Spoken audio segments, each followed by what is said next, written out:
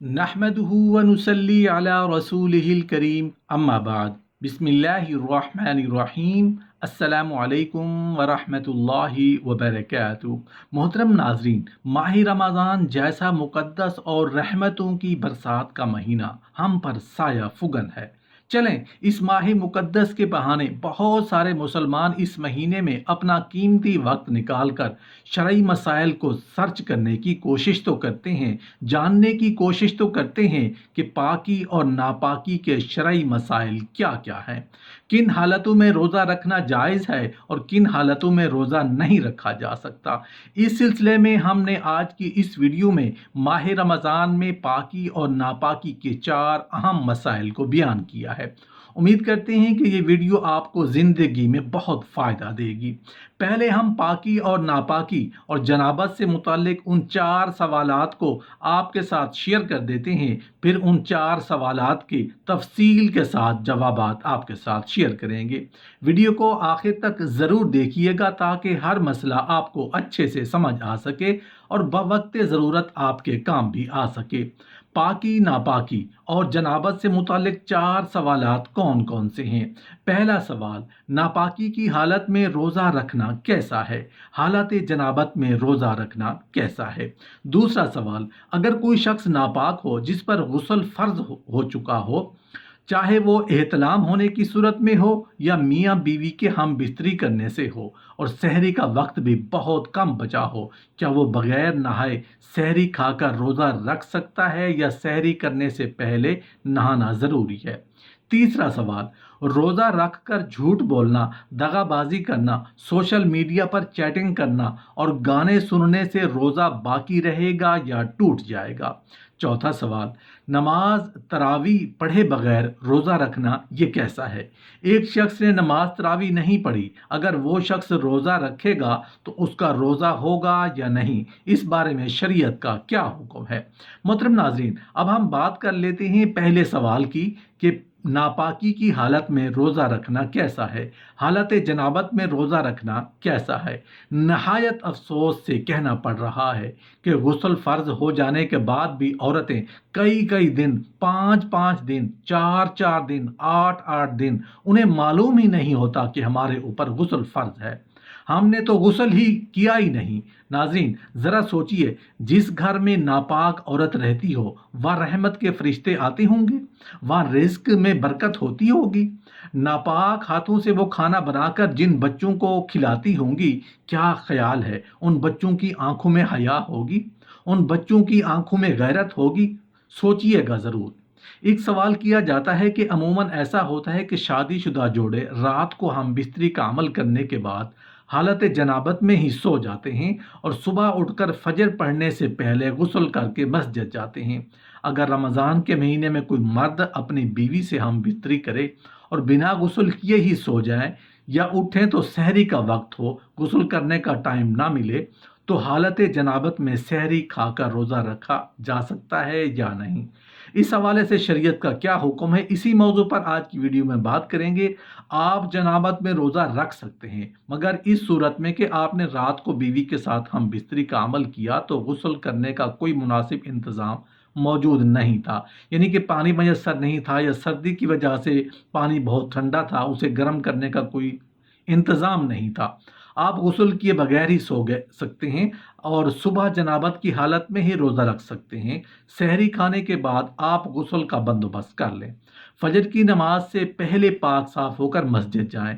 خواتین کے لیے بھی یہی مسئلہ ہے کہ اگر رات کو غسل کرنے میں کوئی مشکل پیش آ رہی ہو تو عورت بھی حالت جنابت میں سحری بنا سکتی ہے، روزہ بھی رکھ سکتی ہے۔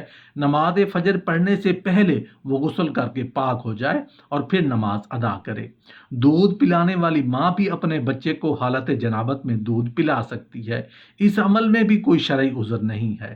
اگر کوئی شخص روزہ کی حالت میں سو رہا ہے اور شیطان نے اسے بہکا دیا اور اسے احتلام ہو گیا، ایسے شخص کے روزے میں بھی کوئی فرق نہیں آئے گا، وہ شخص غسل کر کے پاک ہو جائے گا، روزہ بالکل برقرار رہے گا۔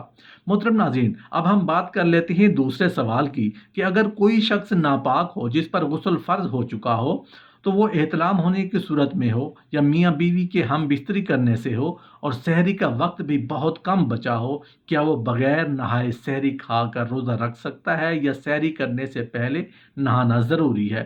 اس حوالے سے ایک حدیث پاک کا مفہوم بیان کرتے ہیں۔ مسلم شریف کے اندر ایک روایت موجود ہے کہ حضرت عائشہ صدیقہ رضی اللہ تعالیٰ عنہا ارشاد فرماتی ہیں، ایک صحابی نبی کریم صلی اللہ علیہ وسلم کی بارگاہ میں حاضر ہوئے اور اس صحابی نے آ کر نبی کریم صلی اللہ علیہ وسلم سے مسئلہ پوچھا۔ اس وقت دروازے کے پیچھے کھڑی تھی اور سن رہی تھی۔ اس صحابی نے عرض کیا، یا رسول اللہ صلی اللہ علیہ وسلم، میں نماز کے وقت اٹھتا ہوں حالانکہ میں جنوبی ہوتا ہوں، کیا میں روزہ رکھ سکتا ہوں؟ یعنی میں ناپاکی کی حالت میں روزہ رکھ سکتا ہوں؟ نبی کریم صلی اللہ علیہ وسلم نے ارشاد فرمایا کہ میں بھی جنوبی ہوتا ہوں، نماز کے وقت اٹھتا ہوں، میں روزہ رکھتا ہوں۔ اس صحابی نے عرض کیا کہ یا رسول اللہ صلی اللہ علیہ وسلم، آپ اللہ کے رسول ہیں، آپ ہماری مثل نہیں، اللہ نے آپ کے اگلے پچھلے تمام گناہ بخش دیے۔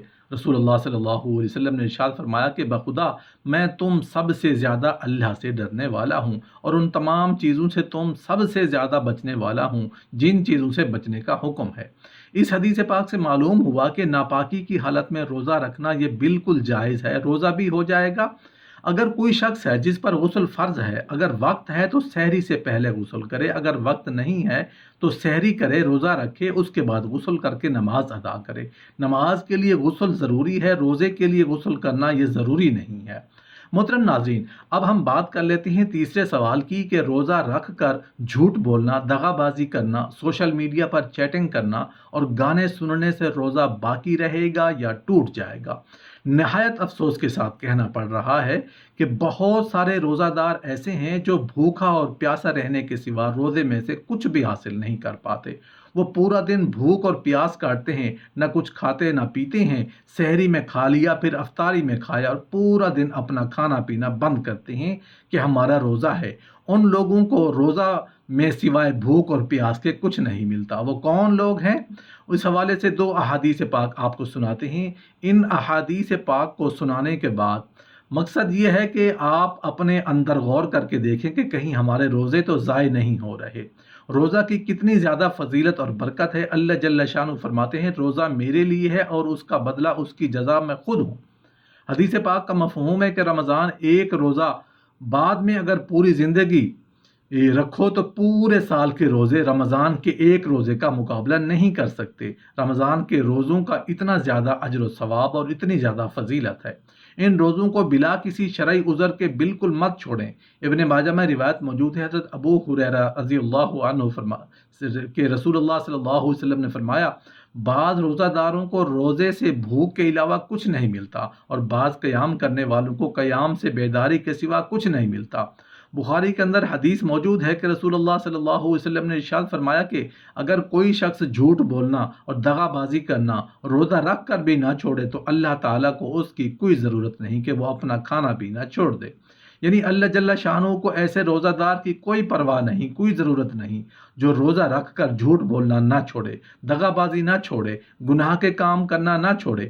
ایک شخص روزہ رکھتا ہے اور روزے میں ہی سوشل میڈیا پر غلط قسم کی چیٹنگ چل رہی ہے، نامحرم سے بات ہو رہی ہے، کانوں کا زنا چل رہا ہے، غلط چیزیں سن رہا ہے، غلط قسم کی چیزیں دیکھ رہا ہے، آنکھوں سے اسی طرح غلط کام کر رہا ہے۔ اگر کوئی شخص روزہ رکھ کر گناہ نہیں چھوڑتا تو اسے بھوک اور پیاس کے سوا کچھ بھی حاصل نہیں ہوتا۔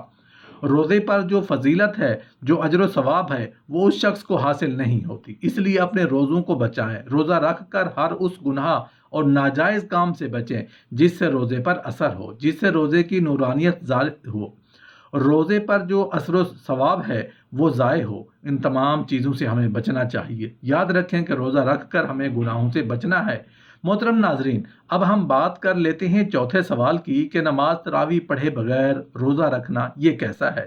ایک شخص نے نماز تراویح نہیں پڑھی، اگر وہ شخص روزہ رکھے گا اس کا روزہ ہوگا یا نہیں؟ اس بارے میں شریعت کا کیا حکم ہے؟ اس بات کا جواب یہ ہے کہ روزہ فرض ہے۔ اگر آپ فرض روزہ چھوڑ دیں بغیر کسی شرعی عذر کے تو ایک تو آپ کے اوپر توبہ لازم ہے، دوسرا اس فرض کی قضا بھی آپ کے اوپر لازم ہے۔ نماز تراویح فرض نہیں ہے، یہ سنت مؤکدہ ہے، اس کی بہت زیادہ اہمیت ہے، بہت زیادہ فضیلت ہے۔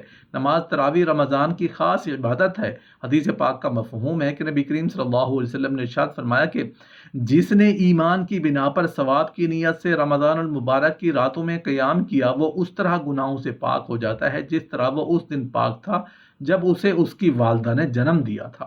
نماز تراویح کی بھی بہت زیادہ اہمیت ہے، اس کو نہیں چھوڑنا چاہیے، اس کو بھی ضرور ادا کرنا چاہیے۔ لیکن نماز تراویح کا اور روزے کا آپس میں کوئی تعلق نہیں ہے۔ ایسا نہیں ہے کہ کوئی شخص نماز تراویح نہیں پڑھ سکا تو وہ روزہ بھی چھوڑ دے۔ روزہ فرض ہے، نماز تراویح سنت مؤکدہ ہے۔ اگر کسی وجہ سے آپ نماز تراویح نہیں پڑھ سکے، آپ تو روزہ نہ چھوڑیں۔